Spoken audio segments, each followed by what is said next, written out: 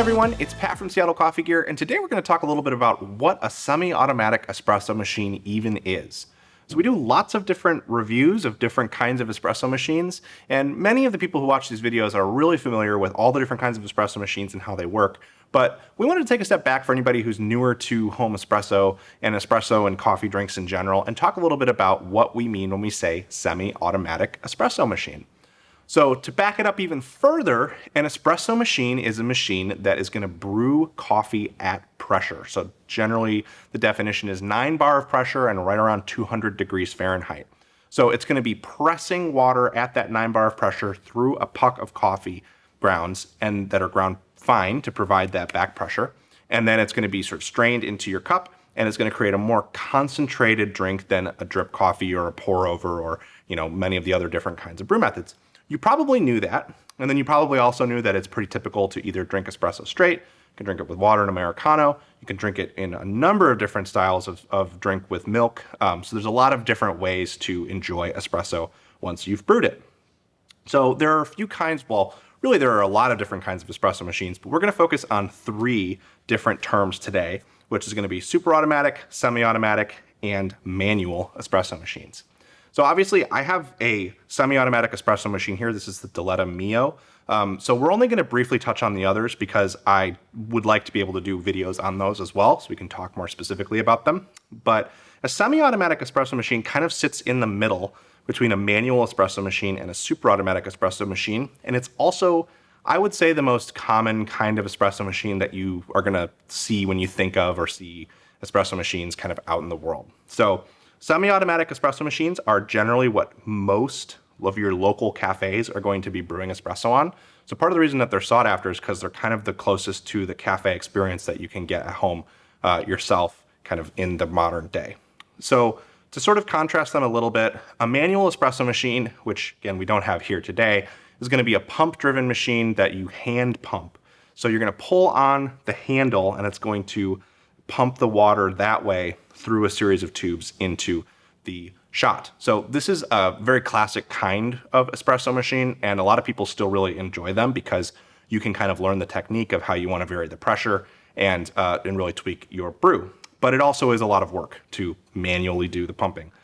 On the other side of the equation, we've got super automatic espresso machines, which are really just like maybe not a single button press, but generally only take a few button presses to get your coffee. They usually have a grinder built right in. So you just push a button, it'll grind, dose the coffee. And when we say dose, we mean get the amount of coffee that we want for our shot into the brew chamber. And then it'll brew the coffee.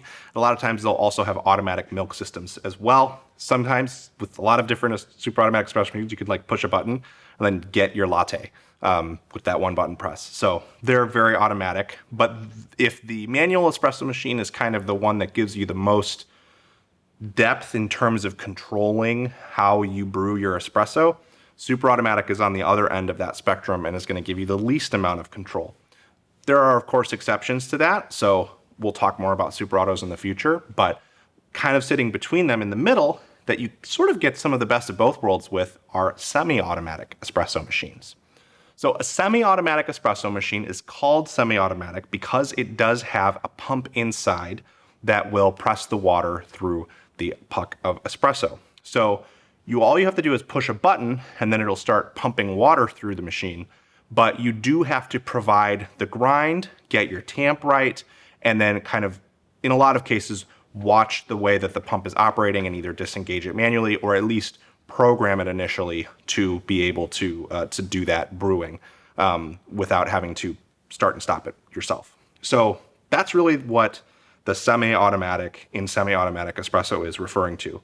It's not super automatic because you still have to grind and tamp and dose and do all of that stuff yourself. This machine does not have a grinder built in, so we would need a standalone grinder to actually make drinks with it.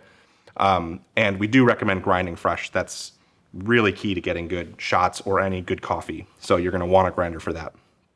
But it doesn't have the same amount of hands-on nature that a manual does, where you have to actually pull the lever to get the espresso to come out. So with all of that in mind, we're going to talk a little bit about sort of some of the features that you should look at in your semi-automatic espresso machine choice, if that is the machine that this sounds good to you and this sounds like the kind of machine that you want. So Semi-automatic espresso machines are going to have some kind of heating element on the inside, some kind of boiler. So we'll hopefully have a full video on different types of boilers in the future, so I'm not going to touch too deeply on these, but I do want to give you a quick rundown. So you're going to have things like a traditional boiler, which is just going to be what you get when you think of a boiler. It's going to be a container with water that's heated to a certain temperature. You've got heat exchangers, which have like tubes and pipes running through the boiler, and it brings water of different temperatures into those pipes, which then can be used to do things like steam the milk. You've got your thermal coils and thermal blocks, which are kind of faster heating methods where water travels through a very hot block or coil and then heats up as it goes through. But basically, all of these different kind of boilers have different pros and cons, and it's worth looking into them and researching them a little bit more. And we've got some resources in it already. And like I said, we'll hopefully do some more videos on this in the future to kind of see what sort of boiler type is going to fit best for you. Steam wands are going to be pretty common across all semi-automatic espresso machines. I can't think of any semi-automatic espresso machine that doesn't have some form of milk steaming built into it.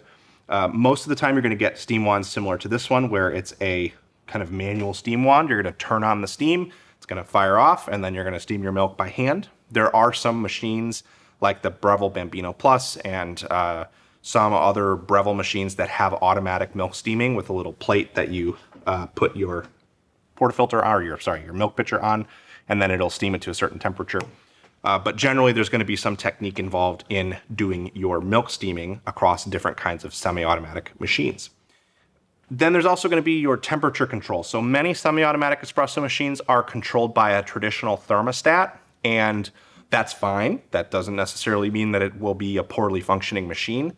Some machines, such as older models of the Rancilio Silvia, will require a bit of finesse with riding the temperatures between milk steaming and brewing, because you don't get a clear readout of where the temperatures are at inside of the machine. So keep that in mind with traditional thermostat machines.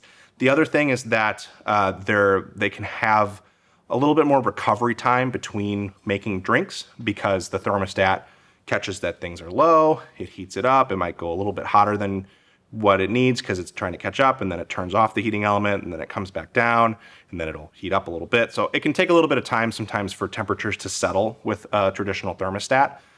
An alternative to that, which is preferable but not available on all machines, is a PID controller like what we've got in this Diletta Mio.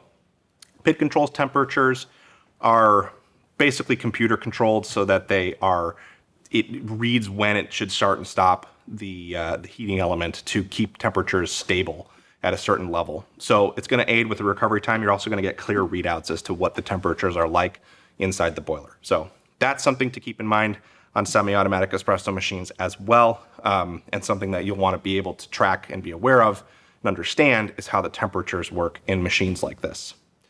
Otherwise, the last kind of piece of the puzzle, really, there's more to the equation, but programming is the other thing if you're new to espresso machines that you'll want to consider as you evaluate different semi-automatic espresso machines. So obviously, on the manual side, zero programming.